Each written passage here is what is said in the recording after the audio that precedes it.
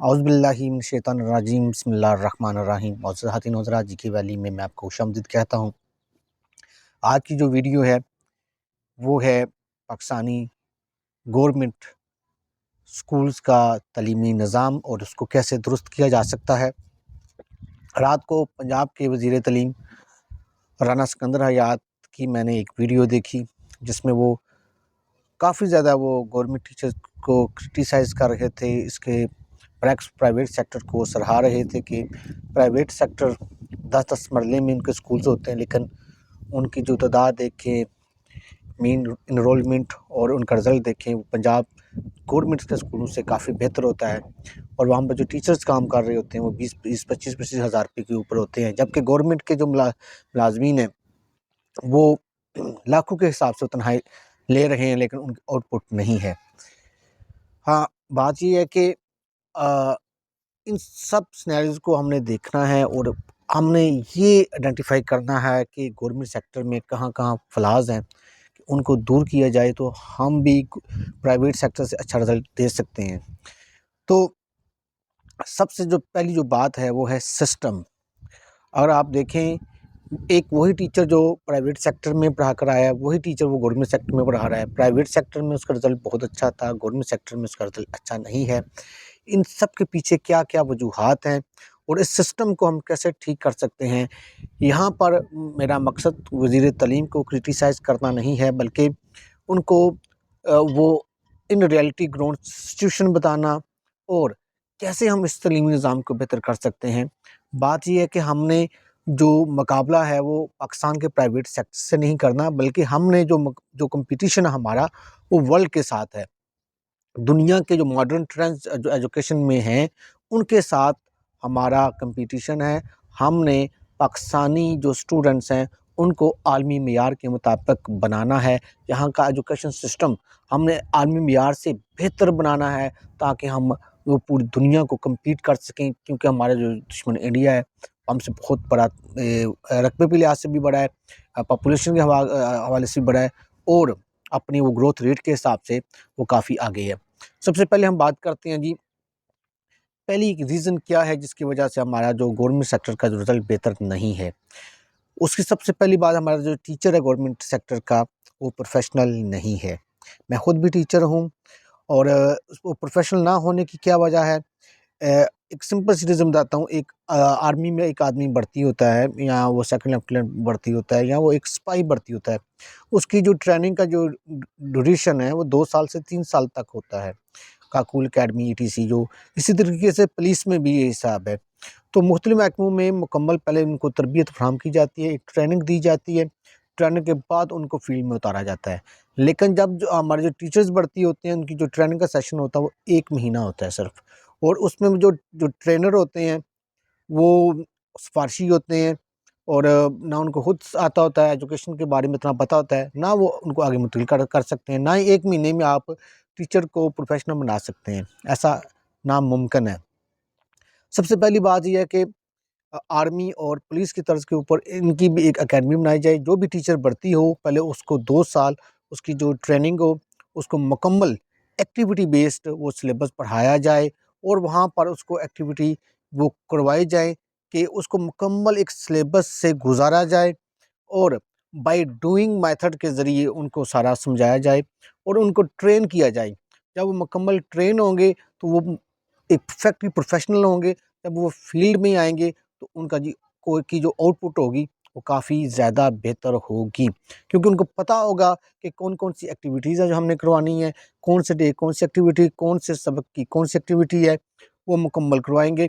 और आज जो मॉडर्न ट्रेंड्स हैं, यहाँ पर बाय डूइंग के ज़रिए बच्चों को सिखाया जा रहा है। लेकिन पाकिस्तान में आज भी थ्योरी चल रही है। हम प्राइवेट सेक्टर की बात तो करते हैं, private sector is totally based on रट्टा सिस्टम। रट्टा लगवाते हैं बच्चों को और इसके अलावा कुछ भी नहीं है, और रट्टे की बेस पे मार्क्स आ जाते हैं। अब जो थ्योरेटिकली जो सिस्टम है वो दुनिया में नाकाम हो गया है। बल्कि आप पाकिस्तान में देख सकते हैं कितने हमारे बच्चे हैं जो एमएससी, जो पीएचडी की डिग्री लेकर घूम रहे हैं, लेकिन उनके पास जॉब नहीं है। वजह क्या है? रट्टा सिस्टम। प्रैक्टिकली उनको कोई स्किल आती कोई नहीं है, फील्ड में वो नाकाम है। अगर ये जो एजुकेशन डिपार्टमेंट, पहले उनको नौकरियाँ मिलती थी, जब जैसा कि सिकंदर साहब ये अब प्राइवेट स्कूल कर रहे हैं। अब ये जो डिग्री लेकर लड़के किधर जाएंगे, इंडस्ट्री वैसे ही तबाह हो चुकी है और उनको प्रैक्टिकल स्किल्स कोई आती कोई नहीं है। तो हमें अपने बच्चों को हमारा जो सिलेबस तरीके से अब डिज़ाइन होना चाहिए, उनमें जो प्रैक्टिकली स्किल्स हैं वो उसमें शामिल होनी चाहिए, चाहे वो साइंस का सब्जेक्ट है, चाहे वो मैथ का सब्जेक्ट है, चाहे वो कंप्यूटर है। तो स्किल्स बच्चों को दें और स्किल्स ऐसी चीज़ है जो किसी न किसी मोड़ पे ज़िंदगी को में इनको काम आएगी। और देखें, और नंबर 2 जो बात ये है, अ, सबसे बड़ी जो जो कमी है वो ये है कि एक स्कूल में ना अगर 3 टीचर हैं, तो एक टीचर मिसाल के तौर पर ट्रांसफ़र हो जाती है या रिटायर हो जाता है। तो अब जब तक गवर्नमेंट ऑफ पंजाब वैकेंसीज़ नहीं देगी, वो टीचर वहाँ पर आएगा नहीं। अब बच्चों को का जो नुकसान है, वो होता चला जाएगा। सबसे बड़ी जो वजह है गवर्नमेंट सेक्टर में, जो आप कह सकते हैं कि थोड़ी तंज़ली की वजह, वो है टीचर की शॉर्टेज। जो जितनी भी ये जो भर्ती होनी चाहिए, ये यूनियन काउंसिल की बेस के ऊपर होनी चाहिए और जो इख्तियारात को निचली सतह के ऊपर मुंतकिल करना चाहिए। बल्कि आपकी जो एक यूनियन काउंसिल है, उसमें देखा जाए जितने भी स्कूल्स हैं, जब एक वैकेंसी खाली होती है या टीचर ट्रांसफ़र होता है या वो रिटायर होता है, तो फ़ौरन उसकी जगह पर एक टीचर का बंदोबस्त किया जाए। चाहे वो आर्ज़ी बुनियादी के ऊपर हो, चाहे वो मुस्तकिल बुनियादी के ऊपर हो। इसके बारे में गवर्नमेंट को पॉलिसी अपनानी चाहिए। और एक और बड़ी मैं एक वजह बताता हूँ, अब ये है जी, इन्होंने एक नया निज़ाम निकाला है, टीचर स्टूडेंट रेशो, यानी 30 बच्चों के ऊपर 1 टीचर होगा। ये लेट्स सपोज़ ये भी जो चल रहा है मौजूदा ट्रेंड। देखें, गाय, भैंस, बकरियों में और स्टूडेंट्स में फ़र्क होता है। आप कह सकते हैं 50 बकरियों के रेवड़ के लिए 1 चरवाहा होगा, बात मानने में आती है। अब 30 बच्चों का जो क्राइटेरिया बनाया, अब वहाँ पर वो नर्सरी भी है, 1 भी है, 2 भी है, 3 भी है, 4 भी है, 5, 6, 7, 8 क्लासेस है, लेट्स सपोज़ दैट। तो वो उनके ऊपर वो एक टीचर 8 क्लासेस को कैसे मैनेज कर सकेगा? टीचर जो होते हैं वो क्लास वाइज़ होते हैं और सब्जेक्ट वाइज़ होते हैं। तो जब तक आप ये पॉलिसी अपनाए रखेंगे तो आप कामयाब नहीं हो सकते। मेरे ख़्याल में जो हमारा जाहिल ब्यूरोक्रेट है ना, जो सिर्फ़ उसको अंग्रेज़ी आती है, वो अंग्रेज़ी सिस्टम में रचा-बसा जो है, उसका खाने का अंदाज़ और सिर्फ़ अय्याशी मारता है और उसको एक आने का, एक टके का नहीं पता, बस प्रोटोकॉल और वो जो अपने जो उनके मिले हुए हैं, उनको उनको सहूलतें मिली हैं, उसके पास फ़ायदा उठाते हैं। उनको क्या पता कि एजुकेशन क्या है? वज़ीर तालीम को चाहिए वो निकल कर ग्राउंड में आकर देखें, टीचर से पूछें क्या मसाइल हैं। ब्यूरोक्रेट में, सेक्रेटरी में बैठा, उसको क्या पता? सेक्रेटरी को उसको क्या पता एजुकेशन क्या है? ठीक है? उसको ये पता है कि हराम कैसे खाना है, करप्शन कैसे करनी है और कैसे वो अपने वो फूफा जो हार जो प्रोटोकॉल लेना है, अफ़सरशाही वो उसमें बादशाह कैसे रहना है, उसको बस इतना पता है, इसके आगे उसको नहीं पता। और सबसे जो जो बड़ा बेड़ा गर्क इस मुल्क का किया है, वो ब्यूरोक्रेसी ने किया है। अगर यहाँ की अगर ब्यूरोक्रेसी ना होती, टेक्नोक्रेट होते, आज मुल्क के हालात शायद कुछ और होते। क्योंकि ब्यूरोक्रेट को काम करना आता ही नहीं है, उनको पता ही नहीं है कि काम होता क्या है। आज तक उन्होंने एक ऐसी पॉलिसी नहीं बनाई जो मुल्क में कोई के लिए सूदमंद साबित हो सके। बात ये क्लास वाइज़ टीचर होने चाहिए।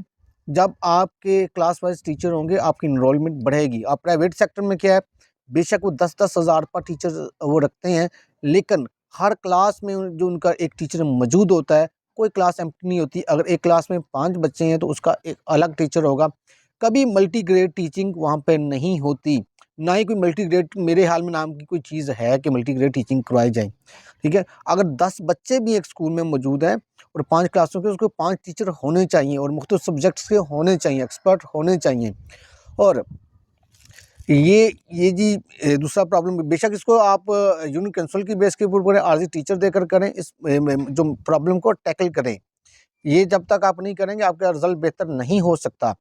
और अगली बात, मैंने प्राइवेट सेक्टर में एक बात देखी है कि जो बड़ी-बड़ी एनजीओज़ हैं, जो चला रही हैं, लेट्स सपोज़ दैट हमारे एरियाज़ में एक रीड फाउंडेशन है। वहाँ पर मैंने देखा है कि हर रोज़ की जो एक्टिविटी उनको शेयर की जाती है। हर क्लास की पूरी मंथ का उनका एक पूरा एक उन्होंने सिलेबस बनाया, फलाँ जो डे को फलाँ एक्टिविटी होगी, फलाँ डे को फलाँ एक्टिविटी, हर क्लास के उन्होंने अलग-अलग सेपरेटली एक्टिविटीज़ तरतीब दी हैं।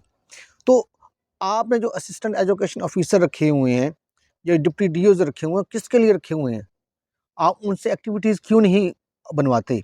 बल्कि प्रोविजनल लेवल के ऊपर हर क्लास के लिए जो हर पूरे मंथ की एक्टिविटीज़ और उनको मुकम्मल परफॉर्म करके एक वीडियो की सूरत में टीचर्स को मुंतकिल किया जाए और उनको कहा जाए कि आप अपने स्कूल में फ़लाँ डे को ये एक्टिविटी करवानी है, इसका मेथड ये है। तो वो वीडियो के ज़रिए देखें, समझें और फिर वहाँ पर वो एक्टिविटी वो परफॉर्म करें। क्योंकि आप तो 2 साल, 2.5 साल तो जो एग्जिस्टिंग टीचर है उनको ट्रेनिंग तो नहीं आप करवा सकते इतनी ना। तो उसके लिए ये है कि हर रोज़ की जो एक्टिविटी है वो वो जो टीचर्स का जो शिष्य है जो आपने बनाई टीचर्स के लिए उसको में शेयर होनी चाहिए और उस एक्टिविटी को उस टीचर का काम है वो हर रोज़ के ऊपर परफॉर्म करे और उसकी वीडियो फेसबुक पेज बना लें एक स्कूल का, हर स्कूल का, या वो इसमें ही आप वो वीडियो अपलोड का ऑप्शन रखें, वहाँ पर वो शेयर करें। एक्टिविटी आप प्रोवाइड करेंगे, करवाएगा टीचर, ठीक? ये नंबर 2 होगी। और तीसरी बात ये है कि जो भी सब्जेक्ट है आज के दौर में देखा जाए या पहले भी देखा जाए, जो लेट्स सपोज़ हम अखलाकियात की बात करते हैं ना, जो सबसे ज़्यादा जो ज़ुबानी कलामी जो सब्जेक्ट होता है, जो पढ़ाया जाता है, वो अखलाकियात हम सिखाते हैं बच्चों को, वो भी ज़ुबानी कलामी। लेकिन आप इस्लाम में देखें, अगर सिर्फ़ अखलाकियात को ज़ुबानी कलामी वो समझाना होता, तो सिर्फ़ कुरान मजीद अल्लाह ताला नाज़िल कर देता, वो इंसान पढ़ के हिदायत ऐसे कर लेते। लेकिन नहीं, इसके साथ-साथ अल्लाह ने अपने नबी को मबूस फ़रमाया, जिसने प्रैक्टिकली करके दिखाया। जो आयशा सिद्दीक़ा रज़ी अल्लाह अन्हा से रवायत है कि किसी ने पूछा आप सल्लल्लाहु अलैहि वसल्लम के अखलाकियात कैसे थे? तो उन्होंने फरमाया, क्या तुमने कुरान नहीं पढ़ा? जो कुरान है वो आप सल्लल्लाहु अलैहि वसल्लम के अखलाकियात थे। मतलब ये है कि आप सल्लल्लाहु अलैहि वसल्लम ने वो पूरे कुरान पर अमल पैरा होकर दिखाया लोगों को, ठीक? तो अखलाकियात भी जो सब्जेक्ट ज़बानी कलामी वो पढ़ाने वाला नहीं है, बल्कि वो करके दिखाने वाला है। आप इसके लिए मुख्तलिफ एक्टिविटीज़ को तरतीब दे सकते हैं। तो बच्चों को बुलाएँ, उनको सलाम करने का तरीका बताएँ, लेन-देन की एक एक्टिविटी करा दें, वो लेन-देन आपस में कर रहे हैं, तो उन वहाँ पर देखा जाए किस बच्चे के अखलाकियात कैसे हैं, वहाँ पर वर्क किया जाए। तो प्रैक्टिकली इन चीज़ों को हम अखलाकियात को सिखा सकते हैं, मुख्तलिफ सिचुएशन देकर, एक ग्रुप बनाकर, उसमें बच्चों की बहुत सारी सलाहियतें पॉलिश होंगी, उनके में लीडिंग स्किल्स पैदा होंगी। दैट्स वन को कोई टास्क दिया जाता है, उसमें वो रिपोर्ट तैयार करें, वहाँ पर उनकी अखलाकियात और उनकी जो स्किल्स हैं, हर एक चीज़ को ऑब्ज़र्व कर सकते हैं। अगर आप स्कूल की बेस के ऊपर बच्चों को अखलाकी तौर के ऊपर इतना ज़बरदस्त बना देंगे, बताने से बच्चा कभी भी कोई इंसान अखलाकियात नहीं सीखता। जो वो देख रहा होता है, वही उसके लिए सच होता है। जो उसकी आँखों से पोशीदा होता है, वो झूठ होता है। बच्चे के लिए यही सिचुएशन होती है। तो बच्चों को वो आप प्रैक्टिकली इन चीज़ों में इतना ज़्यादा उनको इन्वॉल्व करें, उनको प्रैक्टिस करवाएँ कि वो अखलाकी तौर के ऊपर जो बेहतर हो सकें, और जब वो प्रैक्टिकल फ़ील्ड में जाएँगे तो करप्शन नहीं करेंगे। को कुछ अपने में जो जो भी उनको काम होगा उसको वो ईमानदारी से करेंगे। उनको पता होगा कि जो अखलाकियात है उन्होंने सीखी ही होगी, पढ़ी नहीं होगी। जब सीखी होगी तो वो इंशाल्लाह अच्छा परफ़ॉर्म करें, काफ़ी अच्छे रिज़ल्ट माशरे के पे इससे माशरे के ऊपर इसके पड़ेंगे, और हमारा माशरा जो बहुत ज़्यादा बुराइयों का शिकार होता चला जा रहा है, उसमें इंशाल्लाह काफ़ी हद तक बेहतरी आएगी। अगली बात ये है कि आप जो यूनिवर्सिटी के स्टूडेंट को लैपटॉप तो दे रहे हैं, आपको क्या पता है कि सबसे ज़बरदस्त जो आईटी को सीखने की जो इंसान में इस्तात किस उम्र में होती है? वो होती है वो उसके बचपने में, उसके 16-17 साल तक सबसे ज़्यादा वो तेज़ लर्न करता है आईटी की स्किल्स को। आप एक बच्चे को बैठा दें, एक आप 25 या 30 साल के आदमी को बैठा दें, और दोनों को एक चीज़ सिखाना या आईटी की सिखाना शुरू करें। आप देखेंगे बच्चा बहुत फ़ास्ट सीखेगा, उसमें जो क्रिएटिविटी है बहुत ज़्यादा होगी। ये मेरा अपना प्रैक्टिकल है, मैंने देखा है बच्चों को। अब मैं उनको कंप्यूटर के ऊपर मैंने एमएस वर्ड वगैरह सिखाना शुरू किया, तो शायद उन्होंने वो इससे ज़बरदस्त वो काम किए, वो ज़बरदस्त अपने प्रोजेक्ट बनाए, जो हमारे भी ज़हन-ओ-गुमान में नहीं थे, ऐसा भी हो सकता है उन बच्चों ने। लेकिन क्या करें कि जी वो आहत चीमा जैसे लोग जो करप्ट किस्म के ब्यूरोक्रेट, उन्होंने खाने का एक बहाना बनाया, यूनिवर्सिटीज़ को लैपटॉप दें जी, जो 20,000 रुपए का लैपटॉप था उन्होंने 60-60 हज़ार रुपए का उन्होंने बेचा। वो सारा वो उन्होंने, और फिर बच्चों के यहाँ तक नहीं किया, यहाँ के बच्चों के लैपटॉप में भी वहाँ पर करप्शन की गई, और उन्होंने अरबों-खरबों रुपए अपने बटोरे। तो आपको ये पता होना चाहिए कि जो आईटी लैब्स हैं, वो सिर्फ़ आपके कॉलेजेस या यूनिवर्सिटीज़ में नहीं होनी चाहिए, बल्कि आपके जो एलिमेंट्री स्कूल्स हैं, ख़ास तौर पर जो एलिमेंट्री स्कूल्स हैं, उनमें आईटी लैब्स को कायम करना चाहिए। उसके बाद आप जाकर आप यूनिवर्सिटी के तलबा को दें। आपके टीचर के पास आपके पास लैपटॉप नहीं है, एक मोबाइल फ़ोन है, ठीक? आपके टीचर्स को स्किल्स नहीं आती आईटी की, वो बच्चों को कैसे आगे ट्रांसफ़र करेंगे? तो आईटी लैब्स होनी चाहिए एलिमेंट्री लेवल के ऊपर और हाई स्कूल के ऊपर, और जो उसमें जो कंप्यूटर वगैरह आपने जो प्रोवाइड करने हैं, वो लेटेस्ट टेक्नोलॉजीज़ के आप प्रोवाइड करें और वहाँ पर अपने सिलेबस में लेटेस्ट जो टेक्नोलॉजीज़ हैं, जो उभरती हुई आजकल टेक्नोलॉजी है, उनको वो सिखाएँ। और सबसे बड़ी बात ये है कि बच्चे में खौफ है। कोई भी शख्स है ना, वो खौफ है। फॉर एग्ज़ाम्पल आपने कभी एक बिजली का स्विच ठीक नहीं किया, आप बेशक इंजीनियर बन जाएँ, लेकिन आप हाथ नहीं लगाएँगे, फ़ौरन आवाज़ आएगा, बेटा तू बिजली के साथ लग जाएगा, उसको मत छेड़। हम बाहर से बंदा बुलवा लेंगे, वो ठीक कर देगा। सारी ज़िंदगी शायद वो जो इलेक्ट्रिकल इंजीनियर है, उसको एक बिजली का वो एक स्विच ठीक करना ना आए, एमीटर, वोल्टमीटर, वो तो दूर की बातें हैं। तो ये जो चीज़ें हैं, जो बच्चों, सबसे बड़ी बात ये है कि बच्चे का खौफ ये दूर करना कि वो कर सकता है, ही कैन डू, ठीक? आप मशीनरी से आप वहाँ पर आप सोलर प्लेट्स के ज़रिए जो है डीसी करंट, आप यूज़ कर सकते हैं बच्चों को, ये जो इलेक्ट्रॉनिक्स सिखाने के लिए। तो प्रैक्टिकली इन चीज़ों को आप सिखाएँ, साथ-साथ थ्योरी हो, साथ-साथ प्रैक्टिकली हो। आप एफएससी में या मैट्रिक में वोल्टमीटर, एमीटर, ओम, ईटीसी सब चीज़ें पढ़ाई जाती हैं, लेकिन प्रैक्टिकली बच्चे को एक लफ़्ज़ नहीं आता। प्रैक्टिकली जो बंदा एक दुकान खोल के बैठा हुआ है, अनपढ़ किस्म का बंदा है, उसको वोल्टमीटर का इस्तेमाल का भी पता है, उसको एमीटर का भी पता है, उसको करंट का भी पता है, कन्वेंशनल करंट क्या होता है, उन सब उसको चीज़ें पता है। लेकिन हमारा जो एक एफएससी, बीएससी जिसने फिज़िक्स में की है, या वो इंजीनियर है, लेकिन उसको तो कोई पता नहीं। एक इंजीनियर साहब की मोटर ख़राब हो जाए, वो खुद ठीक करवाने जाता है, मैकेनिक को बुलाता है, या इसको ठीक कर दो, तो फ़ायदा तो कोई नहीं हुआ ना। तो ये जो चीज़ें हैं, आप बच्चों को मशीन के साथ खेलना सिखाएँ आप। आपके पास आपके साइंस लैब्स होनी चाहिए, उसमें सब चीज़ें ये होनी चाहिए, केमिस्ट्री की लैब्स होनी चाहिए, बायोलॉजी की, जो कुछ हो उसको वो प्रैक्टिकली करें। थ्योरी 20% हो, 80% आपका प्रैक्टिकल हो। सिलेबस तो चेंज किया आपने, लेकिन उसकी आउटपुट क्या है? कुछ भी नहीं है। यही हिसाब मैथ का है, मैथ बच्चे सवाल करते हैं, प्रैक्टिकली कहाँ पर उसको यूज़ करना उनको नहीं आता। तो एप्लीकेशन में अगर आप यूरोप की बात करें, वो अब उन्होंने 2 कैटेगरीज़ बना दी हैं। एक तो वो स्किल की है, वो आप जर्मनी देख लें, या अभी यूके ने एक प्रोग्राम जो स्टार्ट किया है। तो एसेनबर्ग एक एक इस किस्म नाम जर्मनी जिसमें स्किल्स सिखाई जाती हैं। वो बच्चों को देखते हैं, जो बच्चे आगे स्टडी नहीं कर रहे, उनको स्किल्स सिखाई जाए, ठीक है? तो वो भी आप जो भी उनका सब्जेक्ट देखेंगे ना, वो साथ उन्हें एप्लीकेशन लिखा होता है। मैथ को भी उन्हें कंप्यूटर के साथ मिलाकर एक सब्जेक्ट बनाया है। फिज़िक्स के साथ उन्होंने कॉम्बिनेशन बनाया है। केमिस्ट्री, बायोलॉजी का आपस में उन्होंने एक कॉम्बिनेशन बनाया है, ताकि बच्चे जो मॉडर्न ट्रेंड्स के साथ चल सकें और वो माशरे के लिए फ़ायदेमंद साबित हो सकें। आप कोई बच्चा उठा के देख लें, उसके पास डिग्री है, उसको ये नहीं पता मैंने इसको यूज़ क्या कहाँ करना है, उससे क्या फ़ायदा ले रहा है, कुछ भी नहीं। वो सरकारी जॉब की तलाश में रहता है। इंडस्ट्री हमारी पहले भी ख़त्म हो चुकी है। और इसके अलावा बच्चों को घुड़सवारी होगी, तैराकी होगी, ये चीज़ें सिखाई जाएँ बच्चों को। अपने जो तालीम में जो ना मॉडर्न ट्रेंड्स को इंक्लूड किया जाए।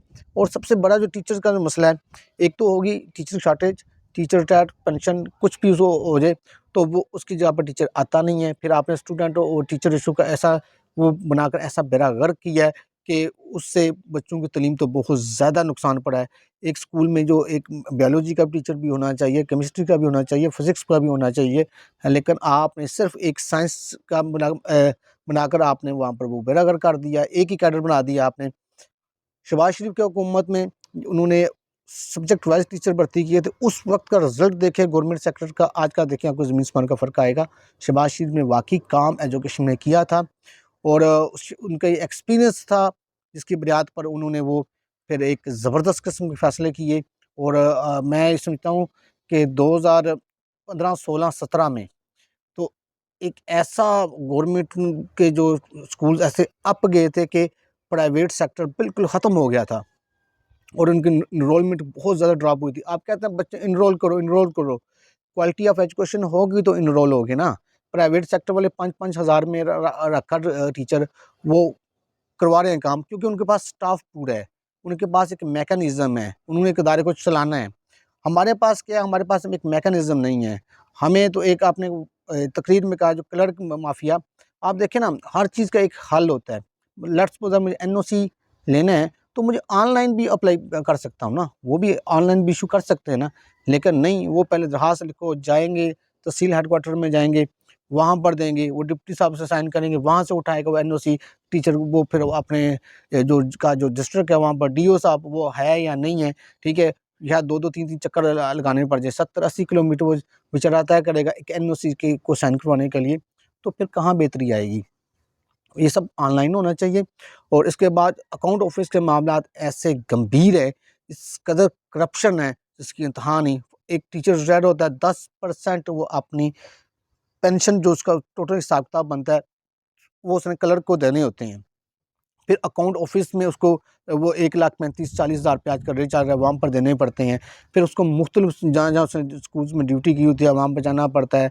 वहाँ पर अटेंडर्स रजिस्टर्स और वो अपनी हाज़िरी रिपोर्ट, ईटीसी, वो इतना लंबा वो काम है, ठीक है? गंभीर और इतना कॉम्प्लेक्स काम है कि एक आम आदमी को समझ आती नहीं है। फिर क्लर्क का सहारा लेना पड़ता है, रिश्वत देनी पड़ती है। जिस टीचर ने पूरी ज़िंदगी ₹1 की बेईमानी नहीं की होती, उसको अपनी जो हक हलाल की कमाई में से 10% 15% देना पड़ता है। इसी तरीके से जब वो ट्रांसफ़र होता है, एक स्कूल से दूसरे स्कूल में, तो फिर भी वो अपनी उसको पे चेंज करवानी पड़ती है। पे चेंज कराने के लिए वो 5,000 7,000 रुपया वो रेट है। टीचर जब भर्ती होता है, तब भी उसको अपनी पे जारी करवाने के लिए वो 5,000 से 7,000 रुपया वो क्लर्क हैं, वो लेते हैं। फिर जाकर वो आपका उसका केस जमा होता है, फिर 3 महीने 6 महीने वो पे भी नहीं आती। तो आप ऐसा मैकेनिज़्म क्यों नहीं बनाते? जब एक टीचर भर्ती हुए, मैं आपसे आपसे ये सवाल करता हूँ, जब एक टीचर भर्ती हुआ है, तो आपने आपकी अथॉरिटी ने पूरा चेक करके उसको भर्ती किया ना। उसकी तरह इश्यू करना आपकी एजुकेशन अथॉरिटी का काम है या उस टीचर का काम है, वो फाइलें लेकर वो रखे, खाता वो फिरे दर-दर के वो क्लर्कों को देने पर मजबूर हो। क्योंकि वो रिश्वत नहीं देगा, उसके 500 तराज़ात ऐसे निकालेंगे, वो इतने बेचारे चक्कर लगाएगा, एट द एंड उसका पैसे भी उसके जेब से ज़ाया हो जाएँगे और उसको हासिल भी कुछ नहीं होगा। फिर कहते हैं यार, बेहतर यही है कि आप क्लर्क को पैसे दें, आप अपना काम करवा लें। तो बात ये है, आप जो सिस ऐप बनी है, वहाँ पर एवरीथिंग वहाँ पर अपलोड है, टीचर्स ने डॉक्यूमेंट्स अपलोड किए हैं। वहीं से आपके अकाउंट ऑफिस और इन दोनों चीज़ का आपस में वो अटैचमेंट होनी चाहिए। जब टीचर भर्ती है, उसकी फ़ौरन वो अकाउंट ऑफिस ऑटोमैटिकली वहाँ पर उसकी जो पे उसकी इश्यू होनी चाहिए। और रिटायरमेंट के में भी ये होना चाहिए, उसको किसी ऑफिस में का चक्कर ना लगाना पड़े अपने हिसाब-किताब के लिए। सबसे बड़ी जो करप्शन अकाउंट ऑफिस है। फिर आपकी जो एसीआर है, वो तो चलो आपने वो उसको आपने कर दिया ऑनलाइन। अब वो ठप्पे का जो लगाने वाला है, ठीक है ना?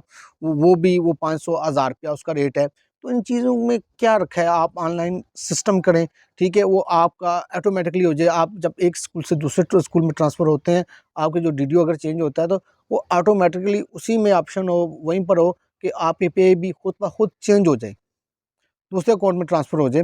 तो इन चीज़ों से अपने टीचर्स को आज़ाद कीजिए।